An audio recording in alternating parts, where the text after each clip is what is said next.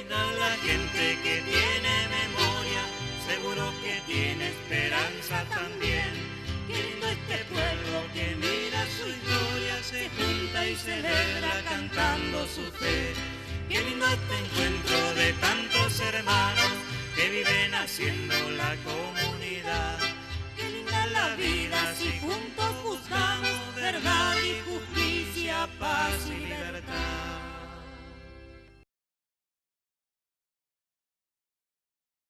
Queridos amigos, seguimos con esta cuestión siempre actual, siempre actual. ¿Qué es la autoridad para Jesús? Ya claro, ahora el poder siempre es imposición. La autoridad no se impone, pero la autoridad se merece. Mi padre o tu padre o madre nunca me impusieron, no ejercieron ningún poder, pero sí tenían gran autoridad. El poder supone la represión, capacidad de represión o de la prisión, eso es el poder. Jesús no, el poder acá va a hablar Jesús de la política como autoridad. A ver, vos tenías algún texto directamente, así lo escuchamos a Jesús.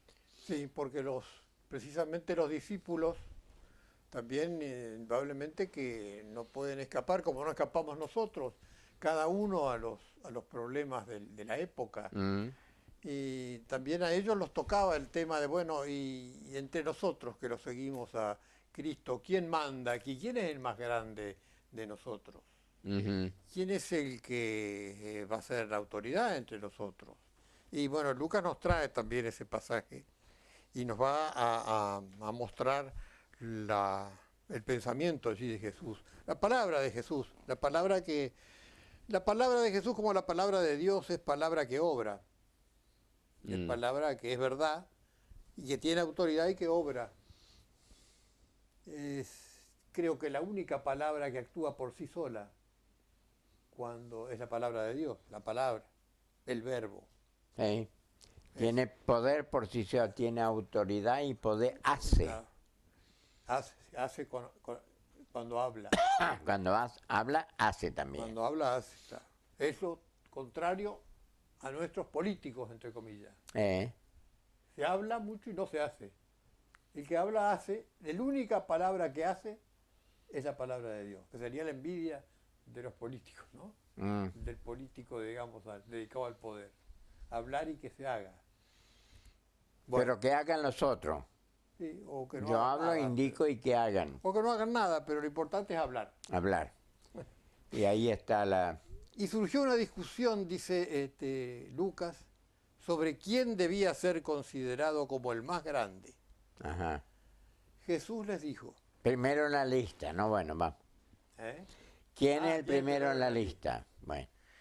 Jesús les dijo, los reyes de las naciones dominan sobre ellas, y los que ejercen el poder sobre el pueblo se hacen llamar bienhechores. Esto es importantísimo.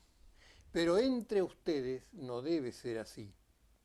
Al contrario, el que es más grande, que se comporte como el menor, y el que gobierna como un servidor.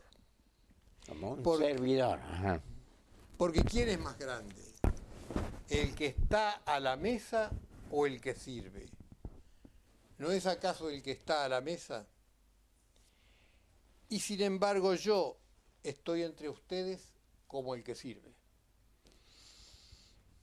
Ahí está la filosofía de la autoridad y del poder de Jesús. Esa es la síntesis de la política que inaugura Jesús.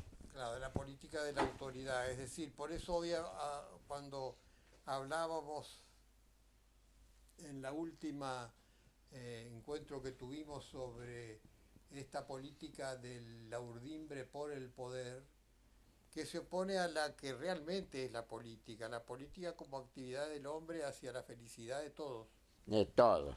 Y con prescindencia de que se ocupe o no se ocupe el poder, o con prescindencia de que se milite o no se milite, como se dice hoy, en un partido político. En un partido u otro. Es decir, que el cristiano, como cristiano, a su filosofía cristiana, su ética cristiana, lo obliga a ocuparse de los demás, de cuestiones tan importantes como la naturaleza de los bienes, que Dios me permite conseguir en esta tierra y de mi trabajo y de todo. ¿Tengo la libre disposición de mis bienes y puedo hacer con ellos lo que quiero? Gran pregunta. No. Mirá, Santo Tomás interpreta muy bien este pasaje del Evangelio cuando dice: el bien, cuanto más universal, es más divino, y nada más universal que el bien político, cuando abarca todo, no excluye a nadie, y beneficia especialmente a los más pobres y desvalidos. No sé si me expliqué bien. Claro.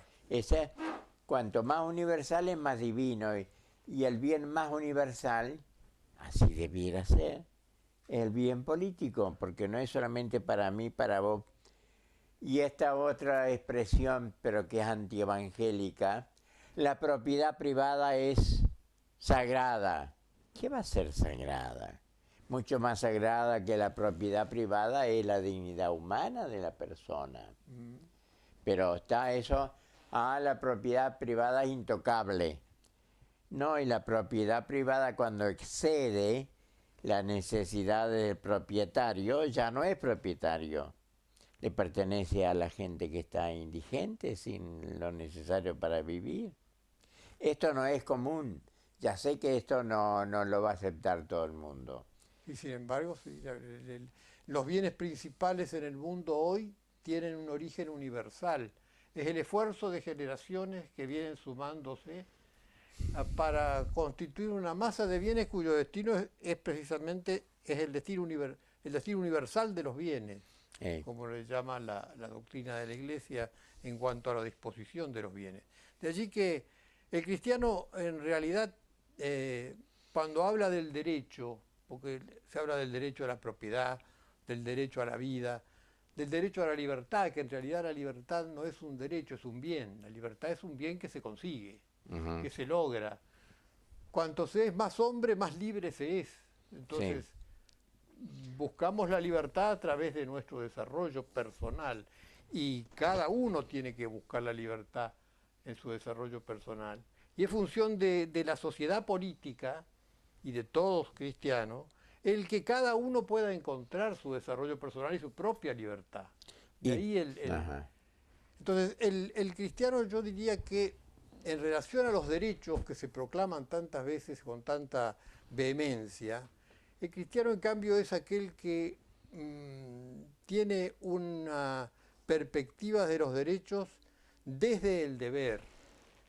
Como cristiano tengo el deber de preocuparme o ocuparme de la necesidad de mi prójimo, tengo que ocuparme de mi hermano, tengo que ocuparme de la vida y de la dignidad de mi hermano. De la dignidad sobre todo. Sí, claro, que dicen que es un derecho más digno, primero que la vida, porque la vida sin dignidad no merecería ser vivida. Es decir, la vida es digna, tiene que ser digna. Entonces, la ocupación del cristiano por estos deberes que tiene hacia los demás, eso es su quehacer político, hágalo como lo haga, incorporándose a un movimiento junto con otros, o haciéndolo desde su testimonio personal, desde su trabajo, desde sus relaciones sociales, desde sus relaciones... Entonces, nadie, ni un ciudadano, puede dejar de ser un hombre político. Salvo, no puede dejar de ser un hombre político sin desmedro de su calidad cristiana, por lo menos. Sí. El cristiano no puede dejar de ser político. Si no, sería una traición. Porque si no, estaría olvidando sus deberes para con los demás. Sería un egoísmo. Sería un egoísmo, claro. Porque la política tendría que ser, un político verdadero, un servidor, como dice Jesús, un servidor. Pero Jesús no fue un hombre tranquilón que no molestó a nadie. Lo condenaron porque molestó demasiado, porque se metió demasiado en política, en en la defensa de la dignidad de las personas y de las personas más desvalidas. No sé, ¿querés leer ahí en el Evangelio de Mateo? Jesús tiene un encontronazo muy duro con los poderosos de su tiempo, en el capítulo 23. Sí. Muy duro, con expresiones durísimas, sepulcros blanqueados, mentirosos, ladrones porque se quedan, y todavía hipócritas, simulan largos rezos y después se quedan con los bienes de las desamparados, como la viuda que era una desamparada en ese tiempo. ¿Querés leerlo un poquito? Sí. Para que no... Parece raro que tuviera en boca de Jesús esas expresiones, pero es verdad, es así como Él lo dice, como está en el Evangelio, seguro que Jesús lo pronunció. Y lo pronunció frente a los escribas y frente a ellos.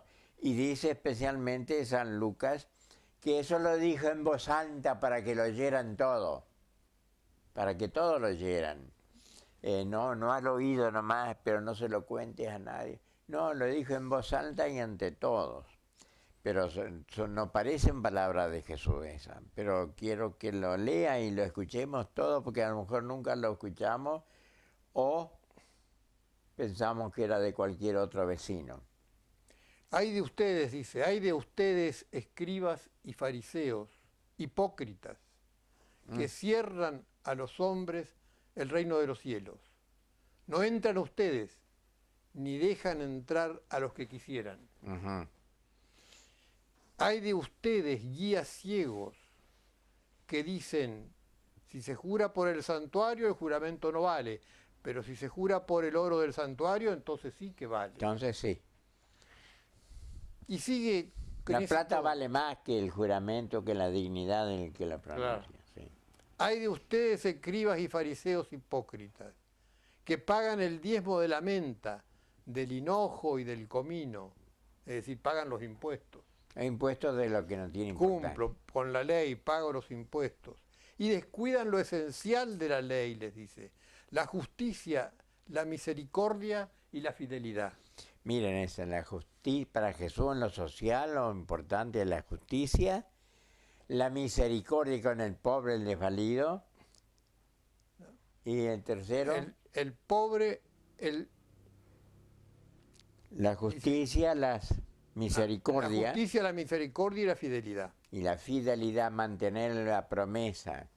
Mirá si le pidiéramos eso hoy a que cumplan con lo prometido. Hay de ustedes, escribas y fariseos hipócritas, que limpian por fuera la copa y el plato, mientras que por dentro están llenos de codicia y desenfreno. Fariseo ciego, limpia primero la copa por dentro y así también quedará limpia por fuera. Hay de ustedes, escribas y fariseos hipócritas, que construyen los sepulcros de los profetas y adornan las tumbas de los justos, diciendo, si hubiéramos vivido en el tiempo de nuestros padres, no nos hubiéramos unido a ellos para derramar la sangre de los profetas. De esa manera atestigua contra ustedes mismos. Serpientes, razas de víboras, ¿cómo podrán escapar a la condenación de la Gehenna?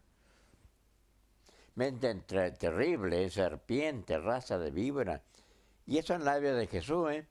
Y hablando en público y hablándole a los poderosos, sean políticos o no, pero está hablando a la clase dirigente, la que tiene poder. Es son palabras muy fuertes. Muy fuerte. Que sin duda que Cristo no era el dulce rabí de Galilea, ¿no? No. Es una falsificación de la personalidad de Jesús. Ese es propio de Renan, el dulce rabino de Galilea. Sí, fue dulce, manso bondadoso con los pobres, con el pobrerío, con el nadie que todos lo despreciaban, pero fue terriblemente, suele ser al revés, ¿no? Somos fuertes con los pobres, los infelices, y obedientes, sumisos con los poderosos.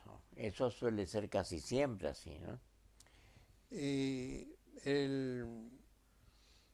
la versión actual de lo que trayendo a la época actual aquella realidad social en la que tanto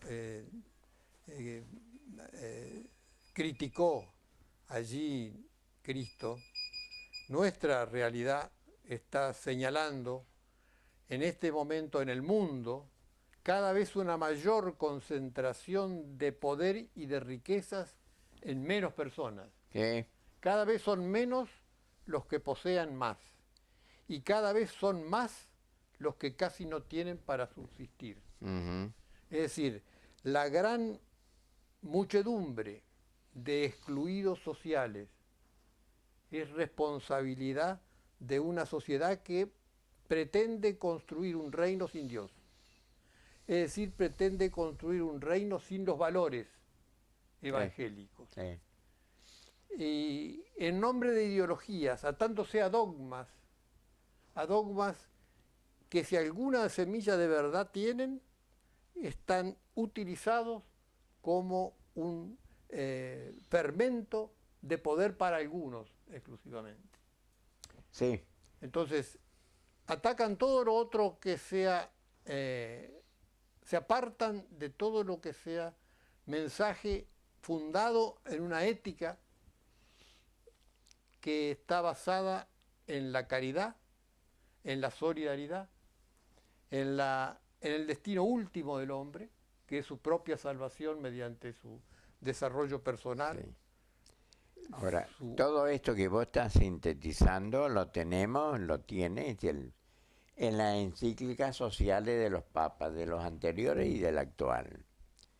Son encíclicas sociales, o sea, encíclicas que explican un poquito, pero ayornándolo al hoy, cómo cumplir ese evangelio de la caridad, del amor, de la autoridad como servicio, la propiedad como servicio. Bueno, pero en eso hay cantidad de encíclicas de los papas que van actualizando época a época, porque la propiedad, si cada vez son menos los que poseen más. Sí, cada vez se concentra más la riqueza y el poder que la riqueza acarrea. Claro, porque el poder nunca son muy amigos el poder con la riqueza, ¿no? Sin otra ambición más que de tener más poder, no se encuentra razonablemente, por eso esta época es de crisis de fe y crisis de razón.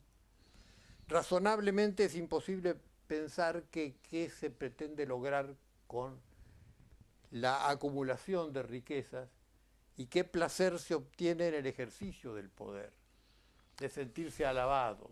De ahí que el cristiano nunca sea, como dice usted a veces, un salamero.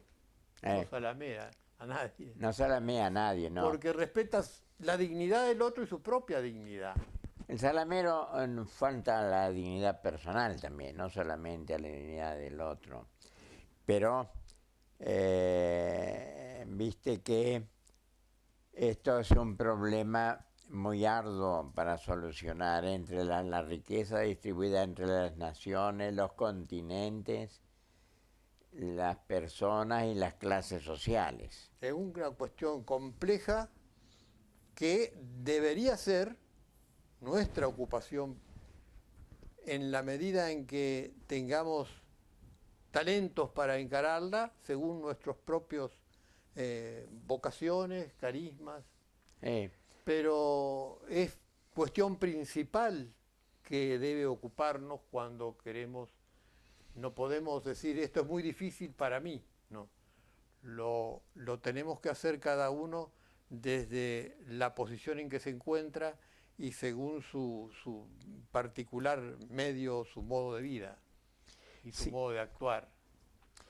No hay más que leer tranquilamente el Evangelio, sobre todo San Lucas, el que más recalca la función servicial de la autoridad como de la riqueza. La riqueza es mía. No es tuya toda o a tu gusto, tu capricho. La riqueza que posees para mejor servir a los demás. Y bueno, vamos a dejar acá por ahora, porque interminable, ¿no? Pero el Evangelio, ¿se acuerdan del rico y del pobre Lázaro? Es terrible, ¿eh? Y Jesús habla más de una vez, muchas veces habla de la riqueza y del uso humano de la riqueza y del servicio prestado al pobre, al mendigo, al desfavorecido.